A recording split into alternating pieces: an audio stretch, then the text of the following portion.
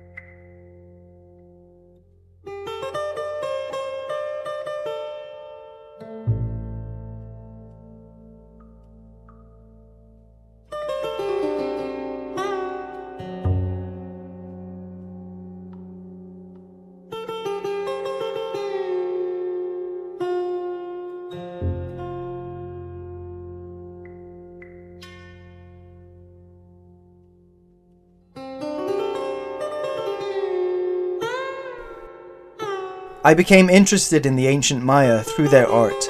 I then wrote down a timeline of Maya history and looked for a story suited to the tragic form. When I found the classical mythological archetype of brothers at war, it was perfect. Though the event and characters are real, there's no recorded history that I'm dramatizing.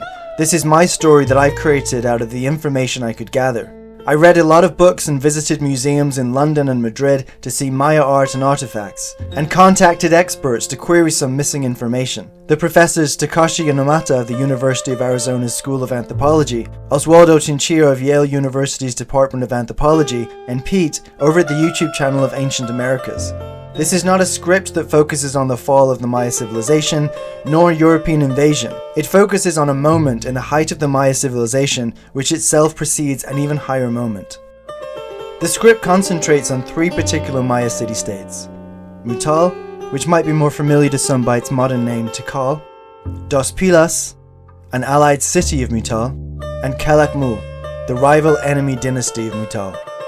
Mutal's emblem glyph is based on the word mut, meaning bound or tied. The glyph resembles how a ruler's tied back hair might look from behind. It's important to understand that Mutal had direct heritage from Teotihuacan, after the arrival of a man named Fire is Born in the 4th century, and the subsequent overthrow of the ruler of Mutal to set up a Teotihuacan dynasty there. Teotihuacan was much further to the northwest of the Maya lowlands in what is present-day Mexico, not far from Mexico City. It was an economic powerhouse, and there was a Maya community within it. It's important to know that Teotihuacan was not a Maya city-state, but that it had its own cultural identity. But from the 4th century, Mutal is directly connected to it through heritage. So Mutal's rulers often modeled themselves on the Teotihuacan warriors, especially during their warfare. For this reason, Calakmul had a sort of xenophobic attitude towards Mutal, and resented this Teotihuacan heritage. Dos Pilas was a newly founded vassal state of Mutal. Dos Pilas is a modern name in Spanish, the plural form of pila, meaning sink or fountain, effectively meaning two springs or two wells. I may refer to it in the play as two wells at times, as it also highlights the symbolism of Nuun and Balaj as brothers.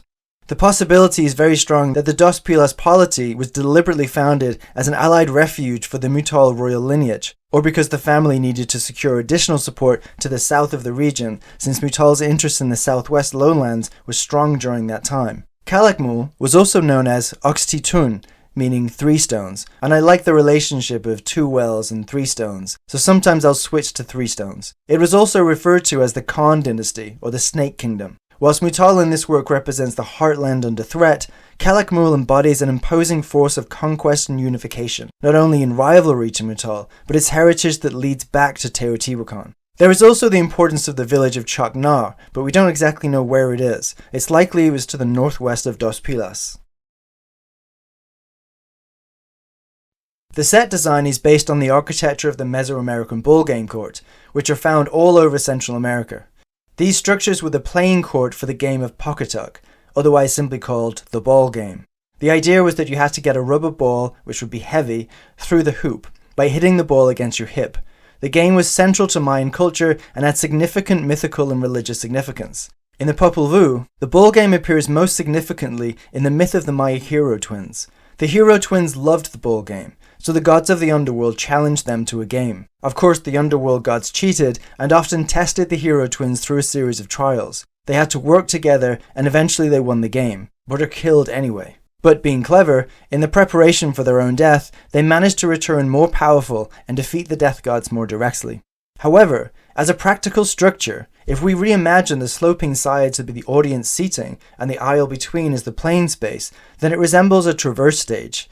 Using the design of a ball game court as a theatrical structure, it becomes a symbol of Maya culture and the Mayan underworld, and of brotherly bonds of the hero twins. It parallels the present events of the work with the myth of the Maya hero twins. The audience arrived to the underworld and the Maya historical past as a threshold between worlds. It becomes a stage where conflicts of the living echo the eternal mythic struggles of the historical past. This duality enhances the dramatic tension and stakes, as characters navigate not just the political and personal battles, but also engage in a larger cosmic struggle and the cyclical nature of life. This approach to set design was inspired predominantly by Yukio Ninagawa's manifest metaphor approach of his 2003 production of Hamlet, where he took the line within the play, "Denmark is a prison," and manifested a metaphor of staging the work in a way that evokes a prison, with the castle being presented by a chain fence with swinging searchlights. The production is also staged on a traverse stage. However, the most common and overlooked use of a traverse stage is a fashion runway. Fashion runways have shown more variable ways of using a traverse stage than anywhere else. A fashion show, using costumes, lights, and audience, it's essentially a theatre without a script.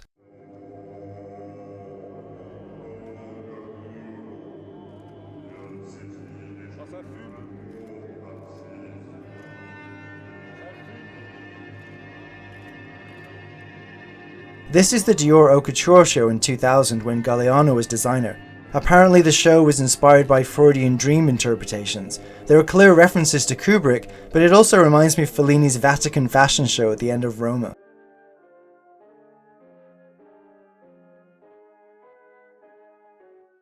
Of course, the characters within the play don't see the structure of the stage itself. To their minds, they are within their literal world. The whole play takes place in a fixed space of the throne room. The staging is not literal recreation of a Maya throne room, but designed to evoke one, incorporating some essential elements. The Maya throne room isn't like a European throne, but was a low platform as we can see here. The stage would have exits at the wings, like a Greek theatre, but also an exit at the far end. The staging would be simple enough, with a throne in the centre, flanked by a display of Teotihuacan armour and a statue of a patron deity of Mutal, the jaguar god of the underworld, with the Mutal glyph displayed behind. With the throne on one side and the exit on the other, essentially the closer to the throne, the higher up the hierarchy. The audience would need to look in both directions, and it helps fill that space. So with this design, there is an historical layer, a practical layer, and a metaphorical layer. I used AI to try to visualize the throne room. I wouldn't say it produced usable results, but it understood the basic structural form. Regarding costumes, fortunately, we have paintings, figurines, and relief carvings which present their artistic self-image. Mostly the costumes are loosely based on the surviving figurines. The paintings are so stylized in their fluid movement of lines and coded language that they're not as much help as figurines, which are also in 3 dimensions. But there must be room to play. Timelessness depends on a work being untimely, not chained to a specific time. For Zhang Yimou's Hero, or Coppola's Dracula, the costumes of these historical worlds are highly stylized whilst being resonant to the period. Hero's costumes were designed by the great Emi Wada, who also designed the costumes for Kurosawa's Ran, and the costumes from Hero worked directly with the cinematography of Christopher Doyle. Dracula's costume designer was also Japanese, the visual artist Aiko Ishoka. Costume will be set is going to be lighting. I was going to lead with the costumes. I was going to put most of my money in the costumes, and I was going to diminish the sets and have the sets be more a highly imaginative use of space and shadow and like one set piece in a black void with a cloud projection.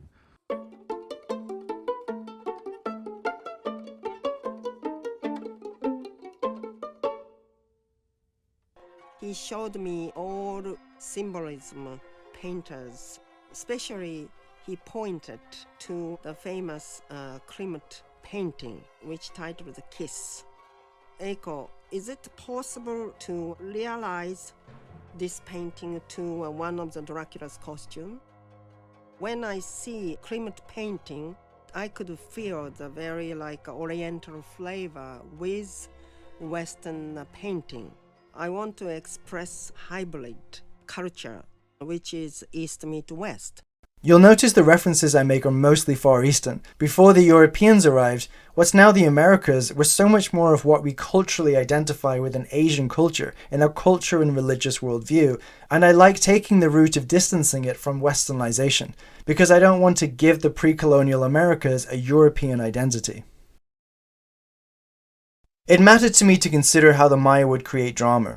There was fortunately a surviving Maya drama called the Rabanel-Aki, originally titled The Dance of Tune, tune being a wooden drum. This theatrical drama was written before the colonial invasion. It's a combination of poetry, dance, song, and instrumentation that binds the piece together. The drama is written in the Quiche language, and the story focuses on a historical feud between two neighbouring cities, Rabanal and Quiche. Apparently, it's loosely based on a true event, so it's a great insight into how the ancient Maya thought about crafting drama. Much more useful for understanding Maya dramatic convention than historical detail, I'm sure.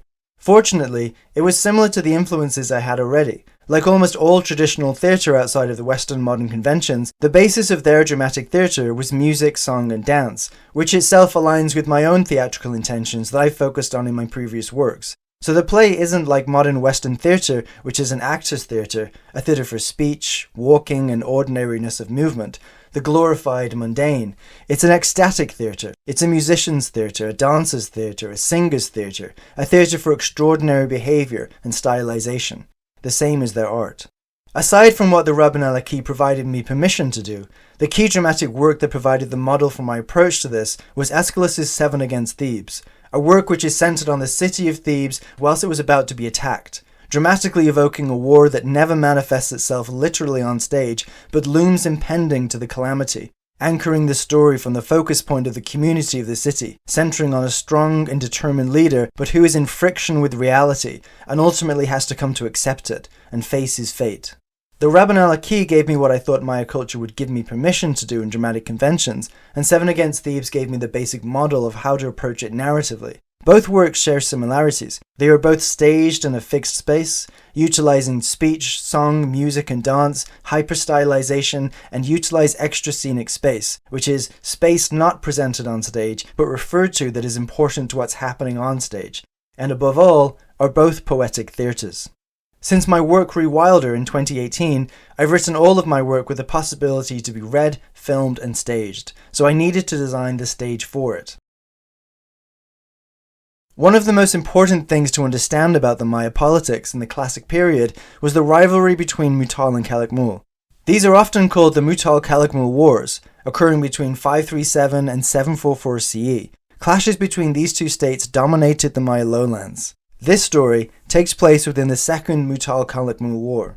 More precisely than that, the drama takes place in the era of the fifth sun in the city of Mutal, after harvest, Monday to Tuesday, March 3rd to 4th in the year 679 CE.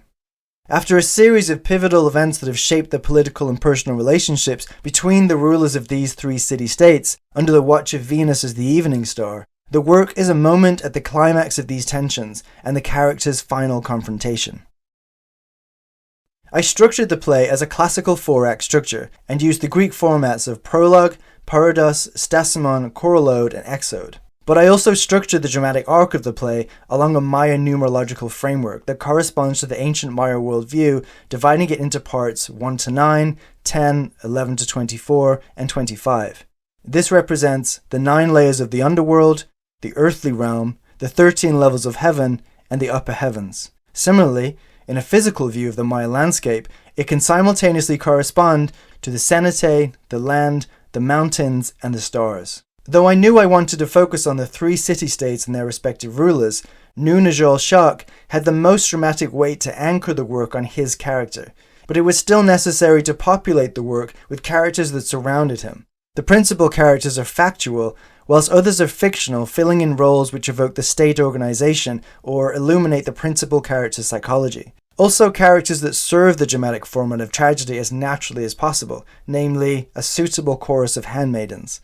Then, to have all of these characters exist alongside each other at the same time, it was necessary to estimate how old they would be. Luckily, we have some dates when characters were born and when they ruled. Ahau Nuun Shak of Mutal, Ahau being ruler, is the principal character of this play. He was also known as Shield Skull. Born between 1614 to 624, he's probably about 55 to 65 years old in 679, and he reigned from 657 CE, so he was probably about 33 to 43 years old when he took the throne, and he held the throne until his death. Nuun draws on Mutal's historical ties to Teotihuacan, seeing them as a source of cultural pride and military inspiration. In the events preceding the play, the failed attempt to form an alliance with the city-state Karakol, only for Karakol to revolt, underscores for Nuun the precariousness of political alliances and the constant threat of betrayal. This history motivates him to be more discerning and strategic in his diplomatic engagements, whilst also fueling a determination to rectify past humiliations and strengthen Mutal's position. Jasar Chankawil I was Nuun's son, born around 665 CE, so I've estimated he was about 14 years old in 679. Lady Jaguar Seat is Nuun's wife. I've assumed she's 32 years old in 679, born around 647 CE. Ahau Balaj Chankawil, also known as Flint Sky God, was a ruler of two wells. We know he was born 15th of October 625 CE, so at the time of the play he would have been 53 years old in 679. He had a pre-ascension ritual at the age of 6, and at the age of 9 or 10 he carried out another pre-ascension ritual where a royal insignia was imposed that consisted of a wide ribbon on the forehead, knotted behind, which occurred in Mutal. At the age of 16, a ceremony takes place where the royal scepter is publicly displayed in Two Wells, which would be considered still very young if not because his father resides in Mutal. Two Wells use the same city-state emblem as Mutal. Balaj Chankawil's claim to the royal emblem of Mutal was evidently based on him being the son of Kinichmuwanjo. Nuun, being the other bearer of the Mutal's emblem, was probably his elder half-brother, both born of the same father and different mothers. Balaj is younger than Nuun and also took the throne at a younger age than Nuun. Balaj Chankawil's character is shaped by a complex web of political ambitions, familial discord, and personal trials. His journey from a young ruler, proudly taking the helm of Two Wells, to a leader scorned and displaced by his own brother, only to rise again with the support of Calakmul, seemed ripe for deep narrative exploration. These events are not merely military activities or political affronts, they are personal affronts that strike at the heart of his personal and familial identity. Equally fascinated by both Nuun and Balaj, I wanted to incorporate a narrative bias. As the play opens, our bearing is on those who are under attack, and we gravitate towards Nuun with sympathy. But as the play continues, we feel more for Balaj and see Nuun with more condemnation. This happens because context expands over the course of the play. The play isn't about a character moving to a linear objective. We begin that way as we start with Nuun's objectives, but we expand beyond the credibility of the will through expanding context. The individual will is a form of ignorance. It is blind to the nature of the universe. It resists it, and the universe will break it. You have to be in flow with it, to listen to it, to read it, to work with its gravity. I think that's the essence of both Far Eastern narrative and ancient Greek narrative. Uknum-Chien II, ruler of Calakmul, also known as Uknum the Great, born around 600 CE and reigned from 636, is about 79 years old at this time. He lived into his 80s, which is quite incredible for the time. I like that he's unusually old at this point. He's strategically brilliant, but he's not leading his armies at this age. As a ruler of Calakmul, Uknum-Chien II's motivations are driven by a desire to expand his kingdom's influence, challenge Mutal's power, and secure his legacy as a great ruler. As Mutal was showing strong signs of recovering from the defeat of its king Wagchankawil almost 100 years earlier, Uknum exerted himself as the ruler of Mutal's great rival. Calakmul did this by forming a lot of strategic alliances that curbed the expansion of other alliances. Regarding the context of the play, it's a typical divide and conquer strategy to separate the alliance between Dos Pilas and Mutal by encouraging the divide between the brothers, which is an inversion of the hero twin myth that is to be seen in juxtaposition with the play. Uknum Yichakak of Calakmul, born 649 CE, was 30 years old. and possibly the son of Nuun the Great. He didn't reign until 686 CE, so he possibly commanded the military campaigns on behalf of Nuun the Great. Then there were also extra scenic characters. Knichmuwanjol II, also known as Radiant Hawkskull, was the father of both Balaj and Nuun. In the year 657 CE, Mutal was defeated by the rival city of Karakol, led by the ruler Kahakujol Knich II, and Nuun's father, Knichmuwanjol II, was likely killed. Some evidence suggests Nuun was taken captive. Of course, without more evidence, it's impossible to say for certain what happened, but based on the available information, I think it's more likely that Karakol attacked and defeated Mutal, leading to Knichmuwanjol II's death. Yet it's possible that Knichmuwanjol II gave his life to save his captured son Nuun, and that Karakol ransomed Nuun as a way of gaining leverage over Mutal. This would have been a significant blow to Mutal's power and prestige, and an embarrassment to Nuun, being both captive and being a factor of his father's death, something which the surviving Nuun would hope to redeem. Also, since the work takes place in a polytheistic culture, there are Maya deities which are referred to, but the audience gives themselves over to the culture of the play and assumes they are involved, to see things as the characters see it. We know that the jaguar god of the underworld was the patron deity of Mutal. There's this Maya ceramic which I love, with the birth of a baby jaguar god, flanked by an impersonator of Shak the rain god, and on the other side, the death god Arpuk. I liked the idea of emulating that metaphorically, with two wells being associated with Shak and Calakmul with Kukulkan, both against Mutal as the jaguar god, as both a human dynamic and a divine one. If the play can play out in both a human and a divine plane, it gives it that dual layer. Representing the divine forces that influence the mortal realm, these characters underscore the spiritual dimensions of Maya politics and warfare. Likewise, the planet Venus is a cosmic representation of the oncoming war, so there's an entwined interplay of political and personal, human and divine. Wars planning in accordance with the cycle of Venus are known as a star war. This diagram I created kept me focused on the essence of the drama. Brothers, enemies, allies. That's the drama. With Nuun, I realized that I wanted to make the experience more of a visual and physical work, and much less text-heavy than my earlier work such as Orpheus Returns, which is wonderfully written but almost impossible to perform on the stage. In terms of directing it, I've constructed it like a play, so it's directed with the practical limitations of a fixed space. But there are always references to images that come to mind that were drawn from cinema and literature to capture the tone and emotion of a moment, simply because that's the way I saw it and felt the moment of the work when I wrote it. So with the context done, let's begin.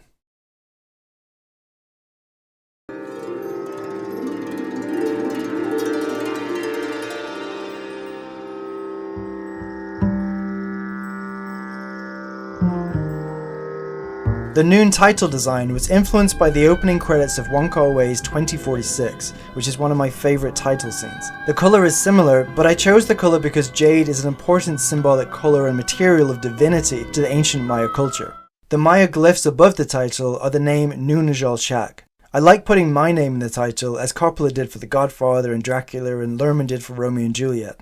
The title design was also influenced initially because I wanted the intro to be similar to Wong Kar-wai's title for Days of Being Wild. Through this walkthrough of the project, I'm going to make a lot of cinema references, as well as literary references, that influence how I approached a moment, but it also helps you visualize what's in my head.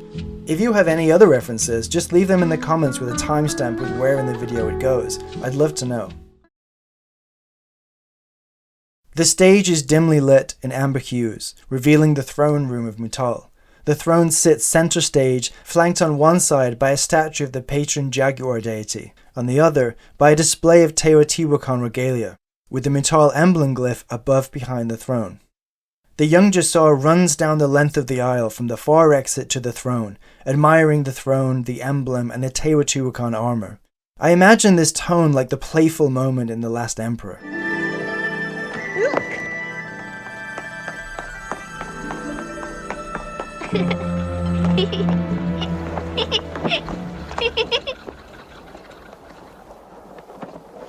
His mother, Lady Jaguar Seat, enters onto the stage soon afterwards. She briefly explains the significance of the Mutal glyph in the Teotihuacan armor, highlighting the significance of its history and heritage, as well as the future significance to the young Jasar when he grows up, to one day become the ruler of Mutal, in place of his father Nuun.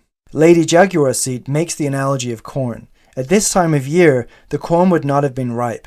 Corn was a staple crop of the Maya, and it served as a symbol of rebirth in the figure of the maize god.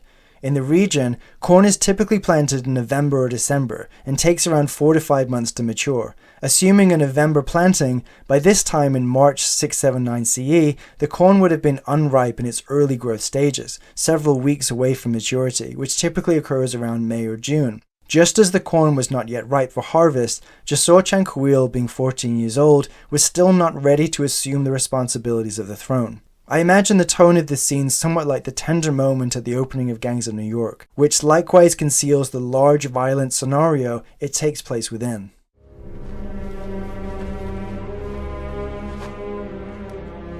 No, son. Never. The blood stays on the blade. One day you'll understand.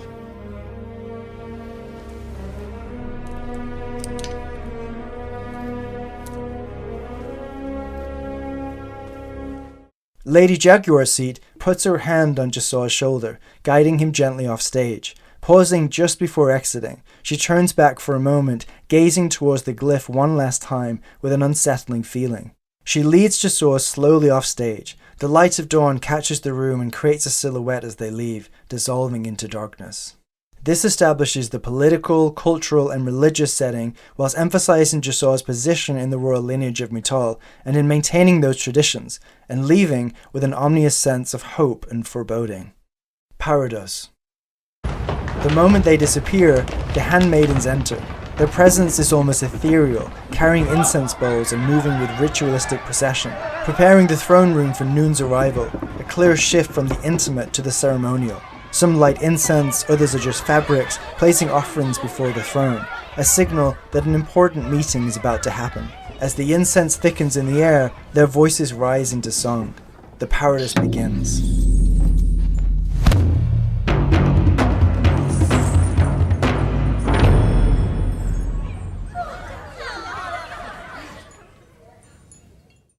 The handmaidens, with their relative innocence and limited power within the grand political schemes, offer a relatable entry point for the audience. As intimate witnesses of the royal family's private moments, handmaidens can provide commentary and reveal hidden motivations or conflicts that might not be openly discussed amongst higher-ranking characters. By being present in Nuun's court, they witness the political maneuvers and decisions made at the highest levels. This gives them, and through them the audience, a first-hand view of the stakes involved and the pressures bearing down on Nuun and his advisors.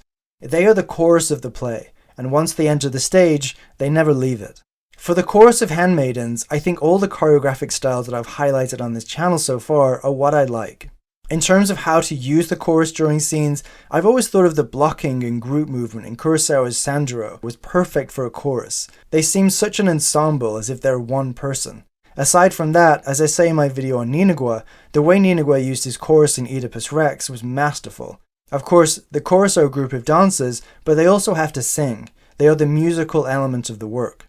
Musically, I'm not exactly sure how to approach it, but I have some ideas. I will leave a link in the description with a playlist of the kind of music I was thinking at the time of making this video. I may change my mind tomorrow, but that was today.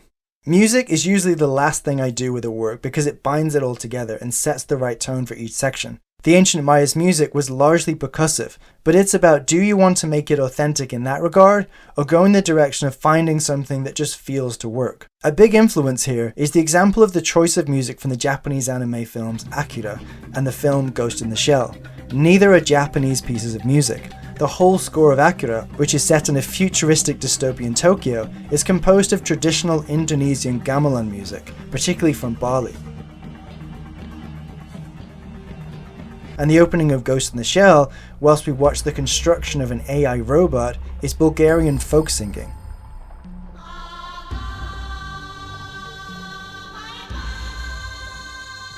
Both films are set in a dystopian future, and neither use contemporary electronic music, but a very earthly and human musical identity to build that world musically.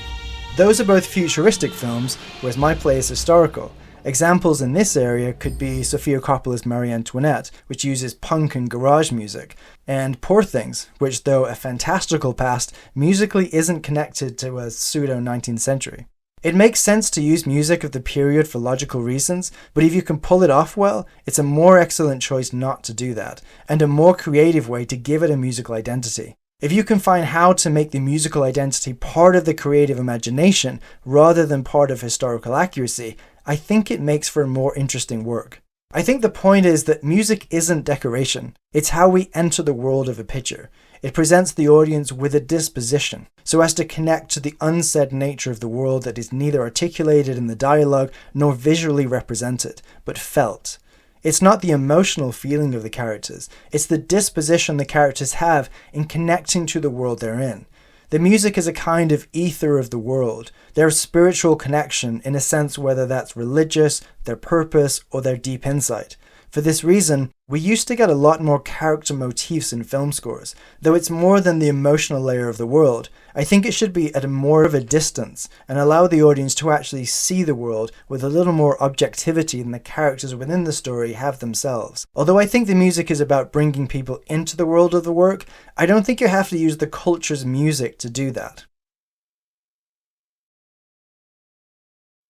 After the chorus's energetic Parodos, the chorus moved from the centre stage to the side stage and kneel as Nuun Shak arrives, walking onto stage in a way that emphasises his authority of royal status. We switch to a sudden silence as the focus shifts to Nuun alone on his throne. This contrast not only draws attention to his stately, authoritative and reflective tone for the scene, but also establishes the dancer apart from the actor, which is the whole theatrical format of tragedy. When a dancer moves on stage, the whole stage is animated. When an actor stands on a stage, they're in a sort of space of isolation. One is static, the other existential. Giving space to both is important to how tragedy functions. As I said in my ecstaticism video, by giving space to both, you're giving space to the whole human condition. This kind of silent entrance of a lead character is something I do to introduce powerful characters. I got the idea from Aeschylus, who would use silence a lot. It's even how I introduced Calvin in my novel Rewilder. I wanted everything to have a lot of that stoic dignity. It evokes such a confident presence, but it's also the combination of power and isolation. Specifically for this, the opening of Kegamusha was always in mind for this.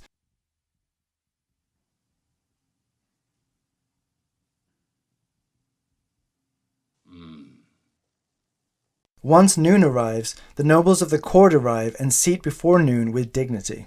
Then, before anyone speaks, the entrance of a breathless messenger should sharply break this silence, with the suddenness of the interruption mirroring the urgency of threats facing Mutal.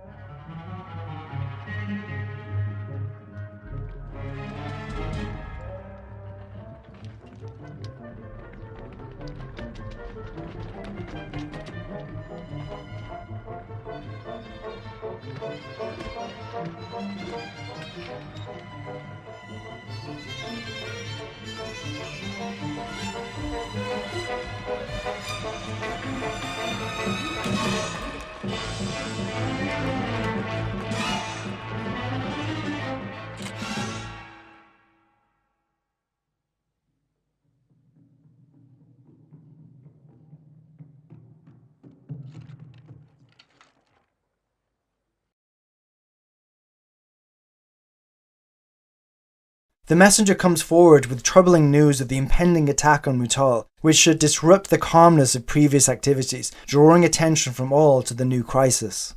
The messenger declares how Balazs Chenkawil, with the support of Yuknum Chien II, is advancing against Mutal, that Balazs has joined forces with Yuknum, Mutal's bitterest enemy. The nobles discuss how Balazs is a betrayer of the Mutal dynasty, how the Tikal-Calakmul wars have escalated unprecedentedly, and the nobles anticipate imminent danger, after which Nuun speaks up in anger towards the cowardice of the nobles. The scene ensues with disagreements between the council and Nuun over how to approach the forthcoming attack. It's established early on that Nuun has a strong sense of personal agency and a belief in his ability to control his own destiny. Though he disagrees with the council, he hints at a compromise or a willingness to seek further guidance, setting the stage for the priestess's involvement.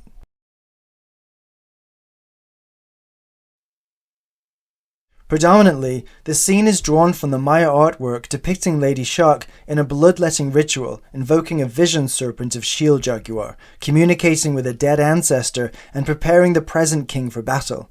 Those images inspired the scene directly.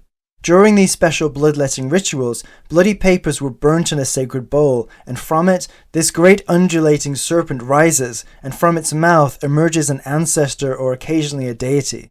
The vision serpent can be the vehicle by which ancestors or deities make themselves manifest to humanity for guidance and blessings. The serpent itself, then, is probably what one sees in the clouds of smoke rising from the burning sacrifice. In Maya art, the ancestor or god who was being contacted was depicted as emerging from the serpent's mouth. In Maya belief, snakes were associated with both blood and rebirth, so that invocation literally sprouts the head of the ancestor from the mouth of the snake is no surprise, as it directly connects with them both. I felt that she could either summon Fire is Born, which led to the establishment of a new Teotihuacan dynasty in Matal. This event, while involving military action, also represents a significant diplomatic and cultural realignment, integrating Matal into a wider sphere of influence. Fire is Born, as the vision serpent, prophesies that with Venus overhead against them, that victory is futile. Venus, as the evening star, is a reference to the Star War, and a deity of war, particularly significant because the Maya associated the western sky with the underworld, and the evening star was associated with Apuk, a major god of death. This belief underscores that warfare was deeply spiritual and ritualistic in nature, where Maya war was intertwined with both cosmic and divine forces. To have Venus overhead in a war was as if the universe would bring a storm on those attacked. I thought of Kurosawa's Ran, where there are recurrent images of natural phenomena, which Kurosawa said were the Buddhist gods looking down on humanity. But the image of Venus as a small dot in the sky didn't seem to convey that ominous power. The glyph for a Star War is a star pouring liquid droplets over a shell, so I chose to literally visually represent the glyph. I generated several images to be inserted reoccurringly across the work at moments to imply the increased threat of the impending conflict. This idea was similar to the close-up tableau you see recurrently through The Color of Pomegranates.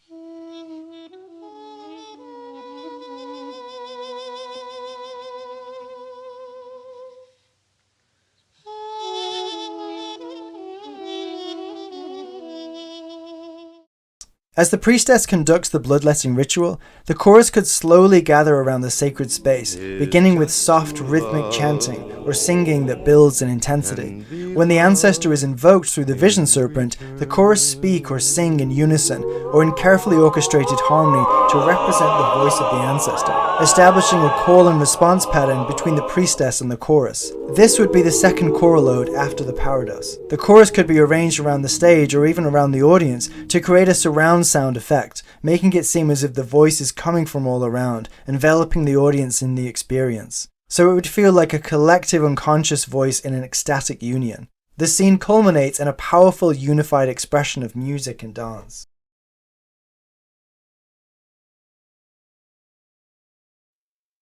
Nuun abruptly enters, and the vision serpent abruptly vanishes.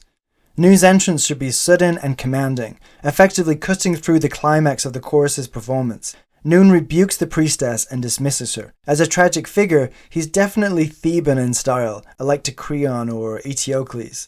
The confrontation Nuun has with the priestess is similar to the confrontation Oedipus has with Tiresias in Oedipus Rex, or a Cassandra figure, where their prophetic views are rejected by those unable to see beyond the present. Nuun's entrance also shifts from the divine to the human, from a collective ecstatic communication to an individual's subjective will. Nuun is effectively reasserting his role, the priestess as the intermediary between the divine and the mundane, but he as the ultimate decision maker. Rejecting insights of the divine communication and instead exerting his own individual will towards a desired outcome. By confronting the priestess and chorus, this is also a patriarchal stance and highlights a growing perception of his arrogance. He arrogantly condemns the priestess and insults the handmaidens, before dismissing the priestess bitterly, who walks with dignity out of the scene. while Nuun momentarily leaves to make practical preparations for drawing up his army. When Nuun leaves, then we have a short choral scene, but it's not a full choral ode, just a minor interlude, with the handmaidens sing of the growing tension and Nuun's leadership, adding emotional depth and commentary. I really like the dialogue for this scene, but in summary, a court noble arrives with a letter for arbitration from Balazs. Nuun and the court noble disagree over what to do, and Nuun ultimately rejects the offer. The handmaidens lament the decision, both Nuun's defensiveness and the refusal to see Balazs as an equal, highlighting the potential for disaster. During their choral ode, Nuun has a flashback of his previous attack against Balazs when he fled to the village of Shagna 6 years earlier, after Nuun had defeated his army at Dos Pilas. It was after this that Balazs fled from Shagna to Higwitz, where he formed his alliance with Calakmul, deepening the audience's understanding of Nuun's relentless pursuit and Balazs' desperation. The chorus's declamatory singing evokes imagery of a fire spreading through a wood, and compare Nuun and Balazs to the sun and morning star that chase each other through the sky. In 2024, I spent much time on the world building, and eventually it seemed the principal focus of the work, Nuun, was a little underdeveloped, so I spent time in the psychology of his character and took a Jungian direction with it. Although Jung's work has nothing to do directly with ancient Maya culture, it probably resonates more with contemporary audiences. But in many ways, there are Jungian archetypes. The priestess is an obvious one, and other Jungian overlaps such as the chorus's collective unconscious. The Jungian exploration of the shadow was very useful to give Nuun a deeper arc, but the flashbacks and how the play develops backwards as it moves forwards was already there because I've long been influenced by the narrative method from both Greek tragedy and Far Eastern narrative. The prime example of this is Oedipus Rex, but all Aeschylean and Sophoclean tragedy moves backwards as it moves forwards. The point is that it reveals what is already developed. Nuun, in his psychological experience, is a very modern character, whereas the events of the story, being constructed by the external circumstances, are very classical. As an audience, we can wander through this classical world through Nuun, but we can also see that he's at odds with it. So, as I said in my video on ecstaticism, you end up with Nuun, who is an existential figure, in the world that he's in, which is an ecstatic one. But he's got to ultimately live in accordance with nature, which in the case of this is of course the world I personally created, but it's about coming to reality and accepting reality. The idea for the flashback also comes from Far Eastern narrative, because in narratives that are Buddhist, the plot tends to move not on action, but on turning points of reflection. By turning on points of reflection, the character can grow, and grow out of their initial aspirations, judgments, or attachments. The flashbacks in anime are usually dealing with a repressed or unresolved memory that's hindering the character from growing. Once engaged with, we return to the present action. It gives the result of the action a deeper meaning. This is also because Asian stories tend to focus more on contextual meaning, whereas Western stories tend to focus on subjective meaning. Alike in both Japanese and ancient Greek narrative, this allows the play to move deeper into Nuun's subconscious mind and reveal the causes of the present circumstances. For flashbacks, I thought of Scorsese's Kundun montage with Philip Glass's remarkable music.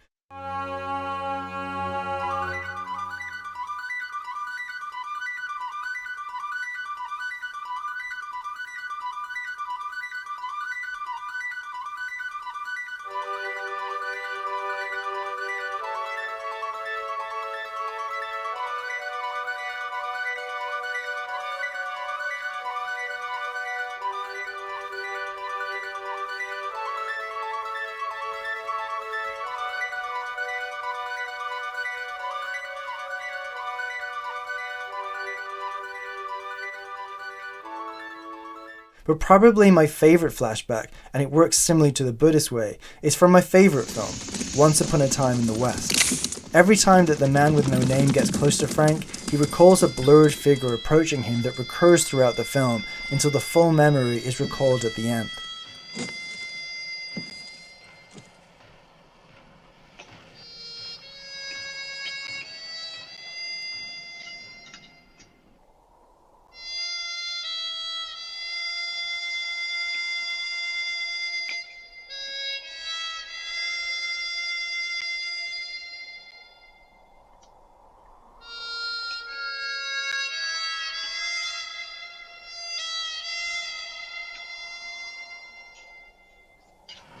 End of the line. Yeah. However, if it's staged, I couldn't do a Kundung montage on stage, so I also thought of those scenes in Coppola's Dracula with the silhouette, which through light and shadow is more practical for the stage.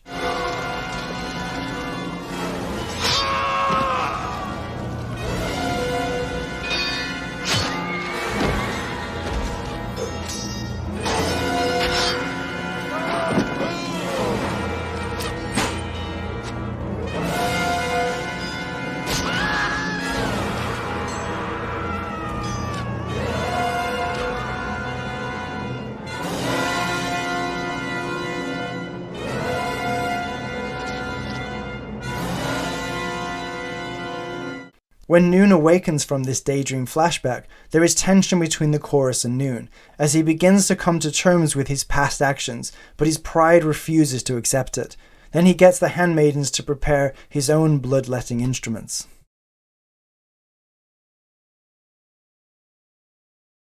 Dissatisfied with the advice Nuun received from the council, the priestess, and Balazs, Nuun prepares his own bloodletting ritual, seeking divine favour.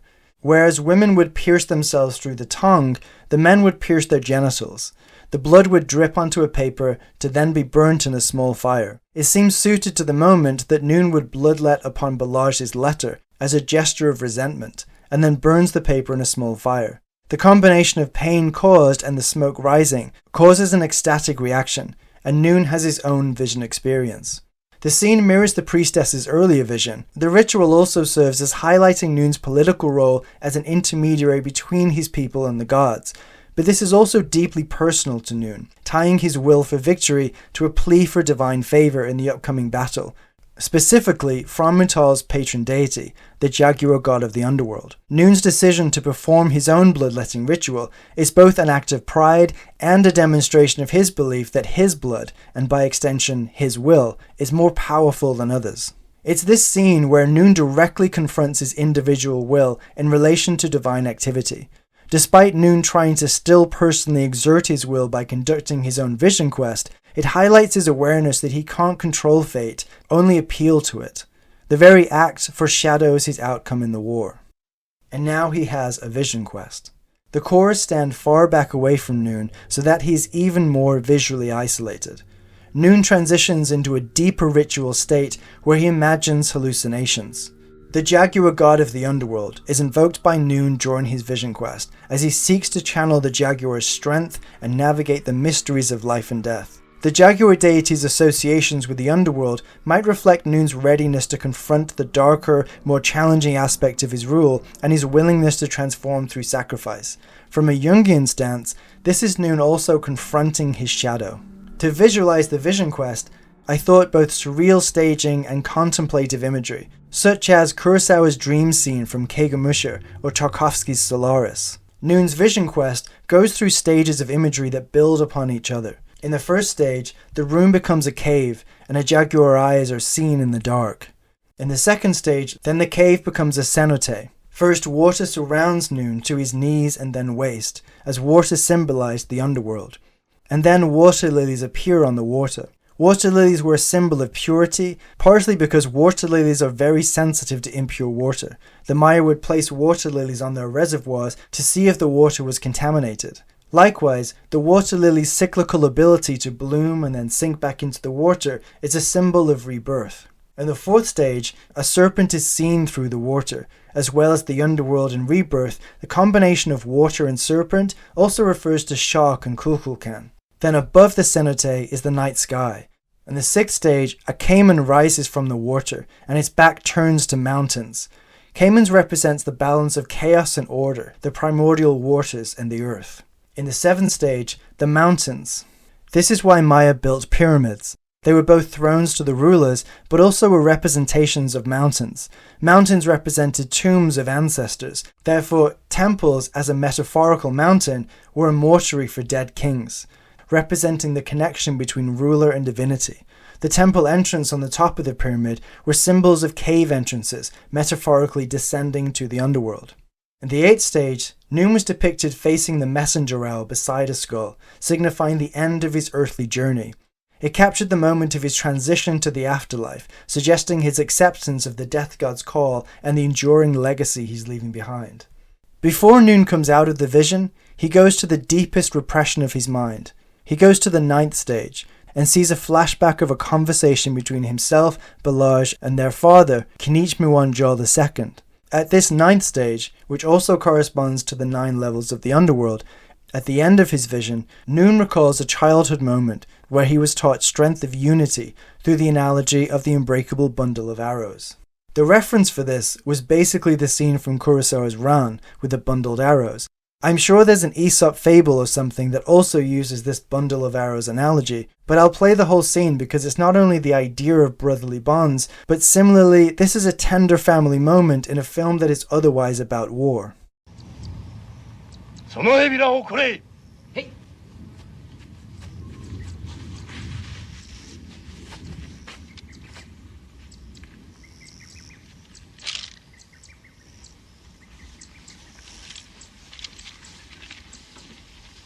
これを折ってみよう。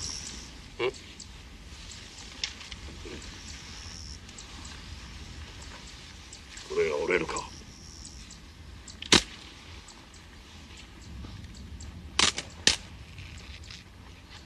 ではこれを束ねて折ってみよう。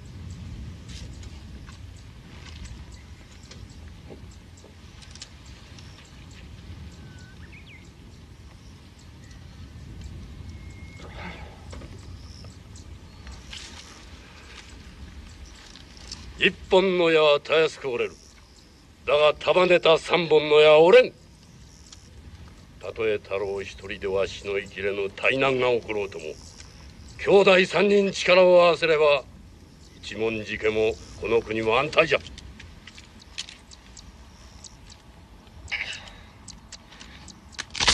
父上、3つの矢を束ねても折れぬとは言えません。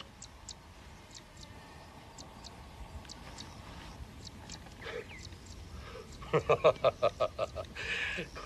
のひねくれ者、またたわけた振る舞いを。たわけた振る舞いは父上のなさり方じゃ。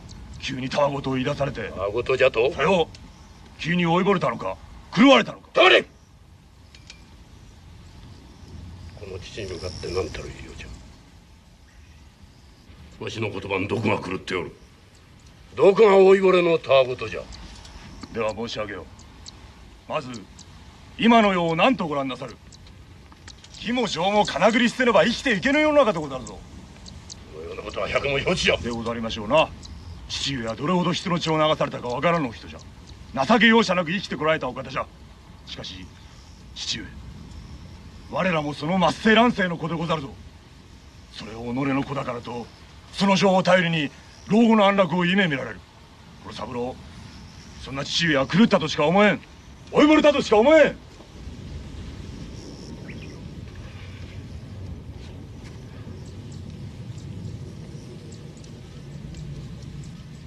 そうか、分かった。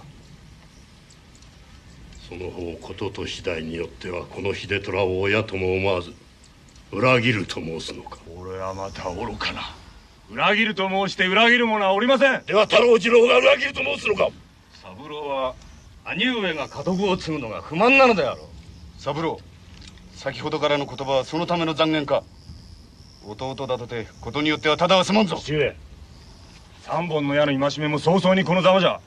これではやがて兄弟3人血で血を洗う争いになろう。It's this moment that Nuun has his most authentically kind of Jungian moment.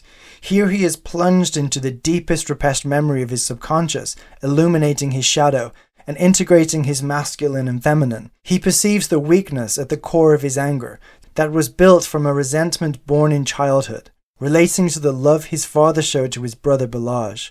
Since it's assumed they are brothers of the same father, my assumption is that they were brothers by different mothers. Therefore, Nuun feels an illegitimacy of Balazs' place, the love he receives from their father, and the rewards such as being made ruler of two wells, which Balazs was given at a younger age than Nuun was given rule over Mutal. I like the idea that it was a petty, childish, narcissistic resentment that grew over time. But Nuun sees that in contrast with his father's advice of strength, and perceives the futility of going against the universe.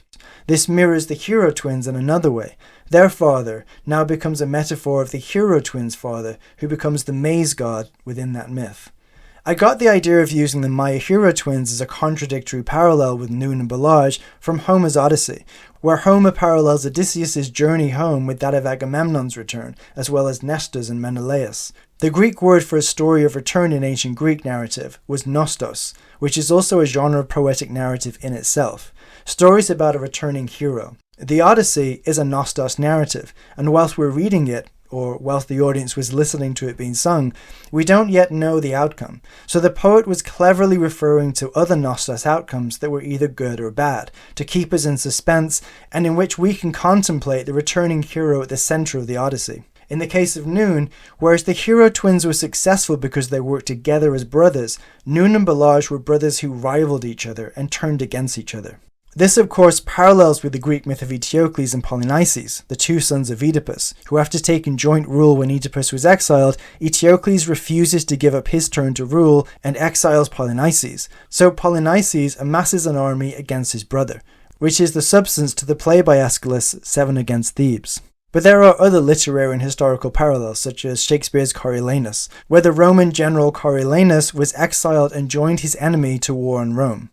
During the Vision Quest, the chorus of handmaidens sing, providing more of a musical backing rather than a verbal context, and perhaps expand more on the divine aspects as they try to make sense of Nuun's vision.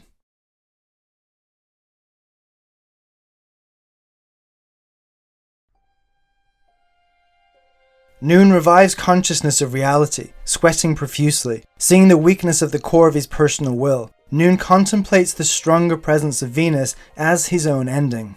Nuun prepares for the inevitable confrontation, contemplating the looming conflict. After the Vision Quest, Nuun dresses in his military regalia that has been placed beside the throne since the prologue of the play. The military attire of Teotihuacan, seeing them as a source of cultural pride and military inspiration. A Yawate, a title for a military leader, assembles his soldiers, who are made up of noble elites and highly skilled men, and gives a motivating speech.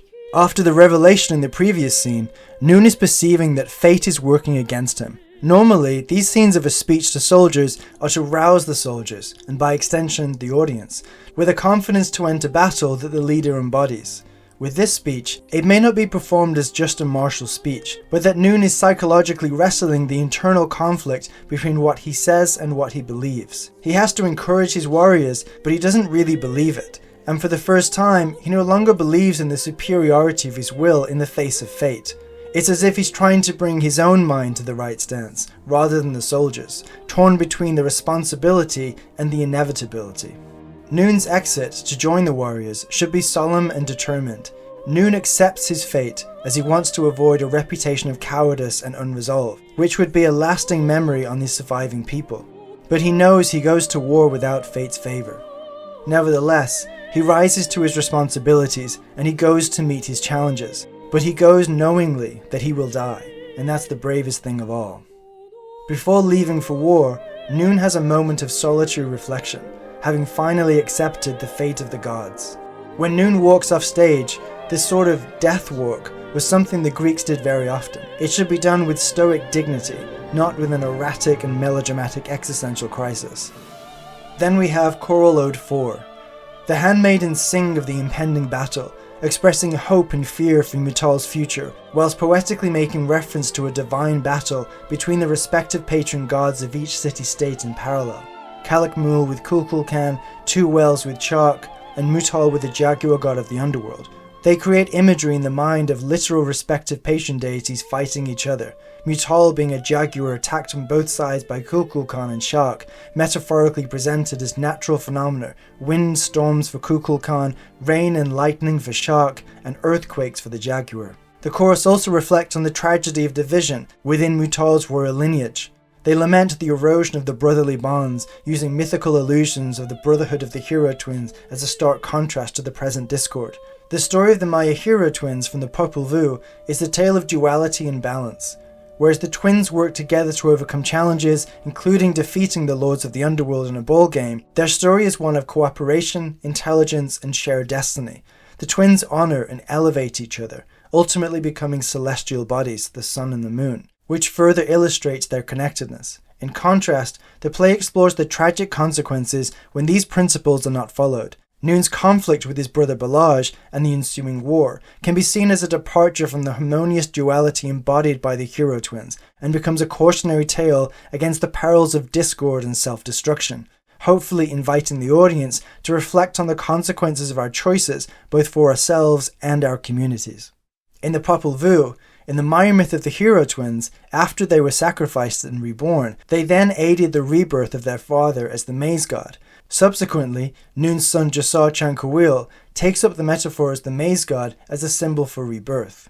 This choral ode mourns the loss of unity and the ominous shadow it casts over Mutal, expressing a collective yearning for peace and harmony, sharing the same father like two rivers from one source.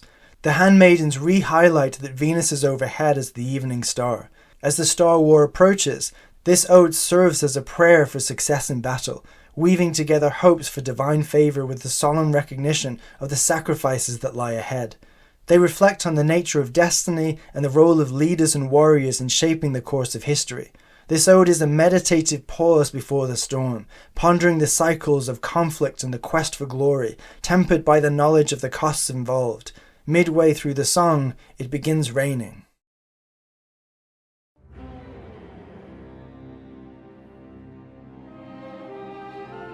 In the wake of the preceding choral ode, a messenger arrives breathless and distraught, having fled from the battlefield, bearing the news of the culmination of the Star War. The messenger is a traditional role in Greek tragedy who here arrives to recount the events of the battle.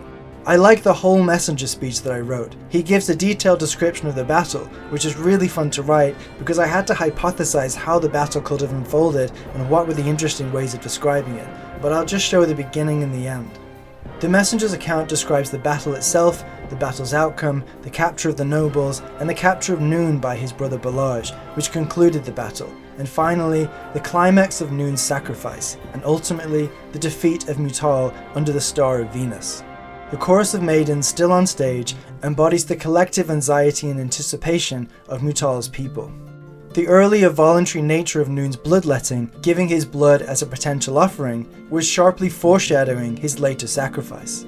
In the Maya worldview, ritual sacrifices, including those resulting from warfare, were not merely acts of violence, but were integral to maintaining the balance between the earthly realm and the divine.